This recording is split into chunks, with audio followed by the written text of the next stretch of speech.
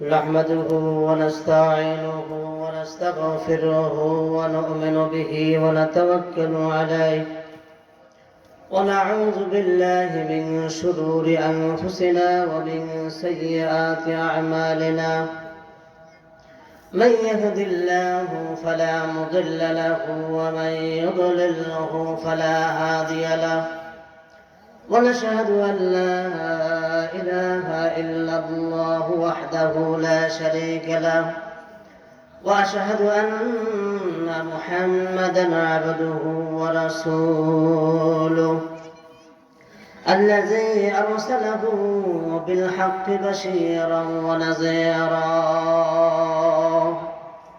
وداعيا إلى الله بإذنه وسراجا منيرا فقد قال الله تعالى في كلامه المجيد وفرقانه الحميد أعوذ بالله من الشيطان الرجيم بسم الله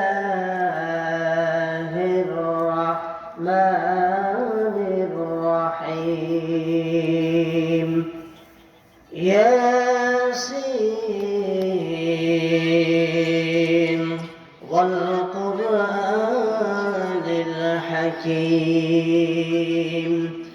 إنك لمن المرسلين على صراط مستقيم تنزيل العزيز الرحيم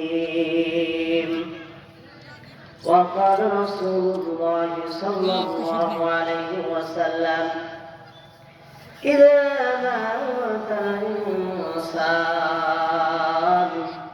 انقطع عنه عمله إلا من ثلاثة إلا من صدقة جارية أو علم ينتفع به أو ولد صالح يدعوه له وقال رسول الله صلى الله عليه وسلم لا يدخل الجنة جسد غذي بالحرام أو كما قال عليه الصلاة والسلام আল্লাহ তাআলা খুব শুকরিয়া যে আল্লাহ রাব্বুল আলামিন আমাদেরকে মেহেরবানি করে দয়া করে মায়া করে আল্লাহ দ্বীনের কথা শোনা এবং বলার তৌফিক দান করেছেন এজন্য শুকরিয়া জ্ঞাপন করে আলহামদুলিল্লাহ। বকুলতলা ইসলামিক সমাজ কল্যাণ পরিষদ এর উদ্যোগে ঈদগাহ মাঠের উন্নয়ন কল্পে এক তাফসীরুল কোরআন মাহফিল। আজকে মাহফিলে এসে আমরা সকলে খুশি না মেজাজ? একটু ভাইরা সামনের দিকে আসেন, যুবক ভাইরা একটু সামনের দিকে আসলে ভালো হয়। আসেন, আমরা মাহফিলে আসতে পেরে খুশি না মেজাজ? খুশি। কেন খুশি? কোরআনের কথা শুনবো, হাদিসের কথা শুনবো এবং আমল করার নিয়তে শুনবো। এই কোরআন কাল কিয়ামতে নাজাতের ওসিলা হবে। রাসূলের হাদিস অনুযায়ী যদি আমরা জীবন যাপন করতে পারি তাহলে আমাদের জিন্দেগি সুন্দর হয়ে যাবে এবং আখিরাতে জান্নাতে যাওয়া আমাদের জন্য সহজ হয়ে যাবে। চলো চিৎকার করে বলেন ঠিক না ঠিক? ভাইরা আমার, আল কোরআনের তাফসীরের কাছে এসে আমরা যদি কিছু না নিয়ে যেতে পারি তাহলে আমাদের জীবন পরিবর্তন হবে না, আমাদের জীবন শুদ্ধ হবে না। আমাদের জীবনকে শুদ্ধ করার জন্য কোরআনুল কারীমের সবক আমাদের নেওয়া লাগবে। চলো চিৎকার করে বলেন ঠিক না ঠিক?